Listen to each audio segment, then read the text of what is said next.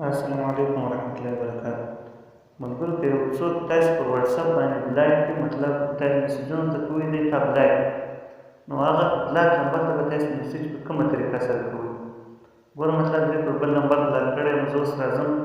پر دا نمبر ګروپ جوړوم یو دا نمبر یو هغه نمبر واچوم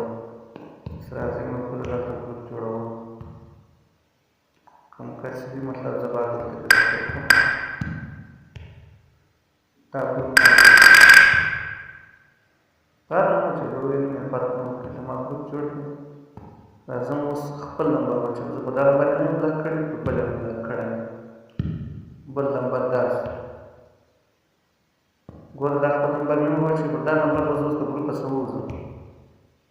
دا یې ووتم ګروپ مې ډیلیټ اوس ورځم بل نمبر ته بل نمبر ته دا یې راغلم ګوره دا مسله